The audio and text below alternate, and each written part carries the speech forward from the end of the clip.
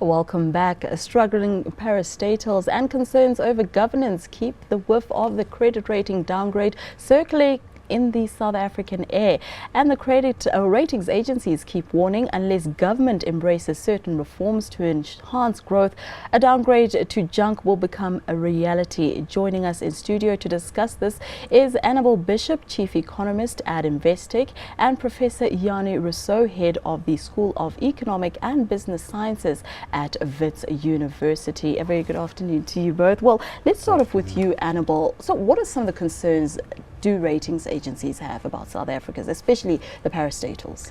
Well, I think it really boils down to the creditworthiness of South Africa's government debt, and that's obviously what they're assessing, and in particular what's happening on government balance sheets. And I think the worry is the stress that's being placed on them by the government guarantees that's been extended to these parastatals. If you look at the statistics, this has really risen from around about the 200 billion mark in 2007 or 8 up until about the 550 billion mark. And I think the concern is, should this trajectory persist? You know, it's unsustainable, and certainly even at these levels it places strain on what is a very low economic growth economy. Well, Annabelle was talking about the government bailouts as well as guarantees. What was really needed in order to get the financial performance of these state-owned entities in order? In short, Mashudu, they must be well managed. And if I say well managed, I mean you can't have friends of friends being appointed and think that something will turn around. If you look at SAA, for instance, I have all the guarantees that the government has given in the period in the past 10 years in this budget review, a very interesting document.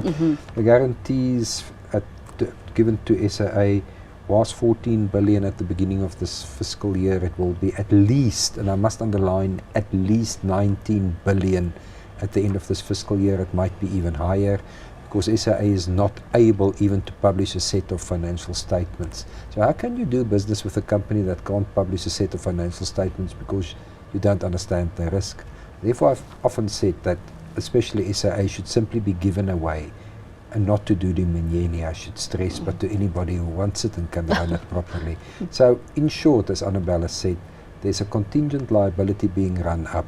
At the end of this fiscal year, 31 March 2017, it will nearly be 800 billion rands in guarantees being given by government. Something goes wrong, government will be responsible for repaying this. So it's government, and then it comes back to the taxpayers, which is you and I, as well as Annabelle. And looking at a credit downgrade, we've had Moody's in town, they 50-50 chance that they will downgrade South Africa. But when you look at the scenario and looking at the economy, do you think that we'll get a downgrade, and what would it mean for ordinary South Africans?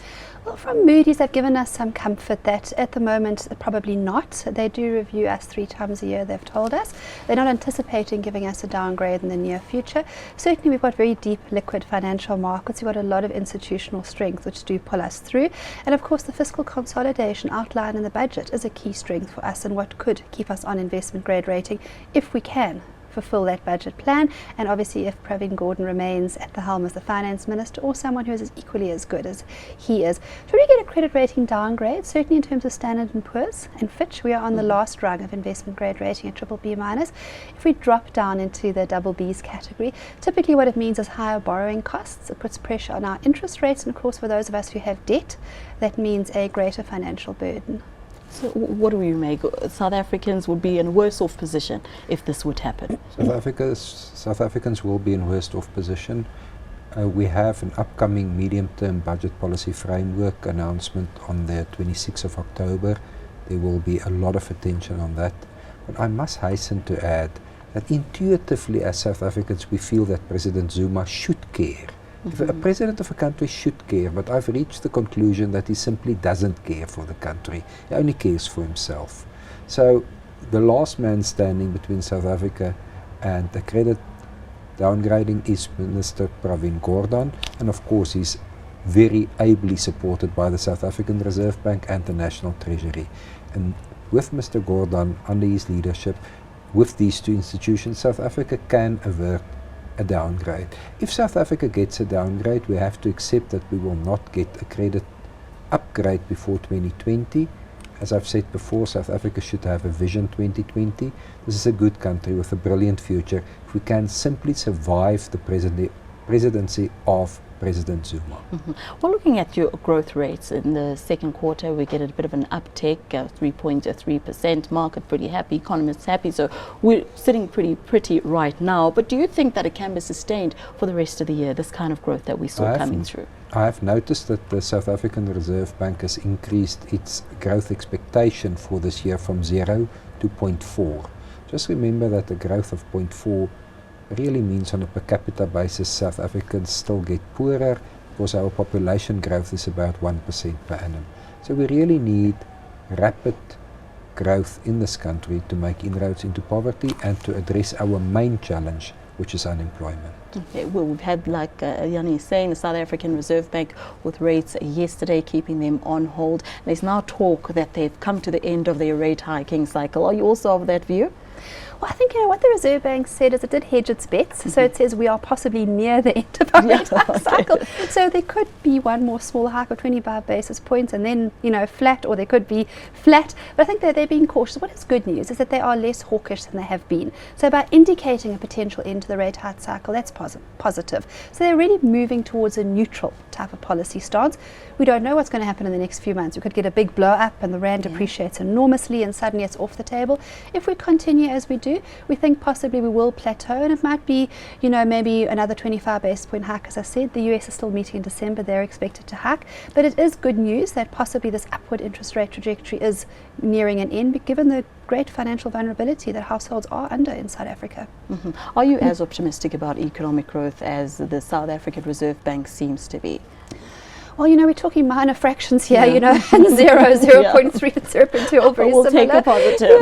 Yeah, but, we did have 0.2 as our forecast. We may possibly change it to 0.3. In the light of us being at such a tiny growth rate, it seems like it's important. But, generally, as you progress through the year, as you get each quarter's data coming through each month, it's normal to make tiny little fractional adjustments. And that's what it really is. It doesn't really mean there's been a phenomenal change. In fact, 3.3% quarter-on-quarter CZ adjusted annualized in the second quarter was the outcome for GDP growth, but on a year-on-year basis it was around about 0.6, 0.5. It's probably what this year is going to hold. Well, Annabelle's talking about the US Federal Reserve and possibly a rate hike coming through at the end of December here at home. Like we say, possibly no more rate hikes, or even a 0.25 basis points hike coming through. Your thoughts on the interest rate outlook for the remainder of the year? The interest rate outlook for the remainder of the year will be driven by inflation expectations. Currently we see subdued inflation expectations, but if inflation expectations turn around and inflation starts accelerating again with feed-through effects, the Reserve Bank will have no option but to increase interest rates.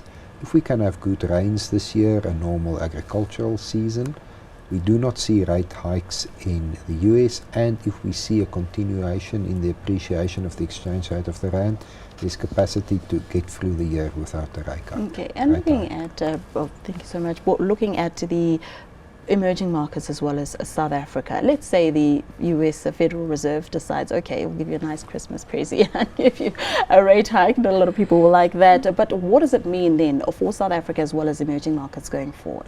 Well, the interesting thing is rather what are market expectations in terms of this rate hike. And we obviously do see a great impact, as you say, on emerging market currencies, particularly on our rand, when the expectations change of what the United States is going to do with its interest rates.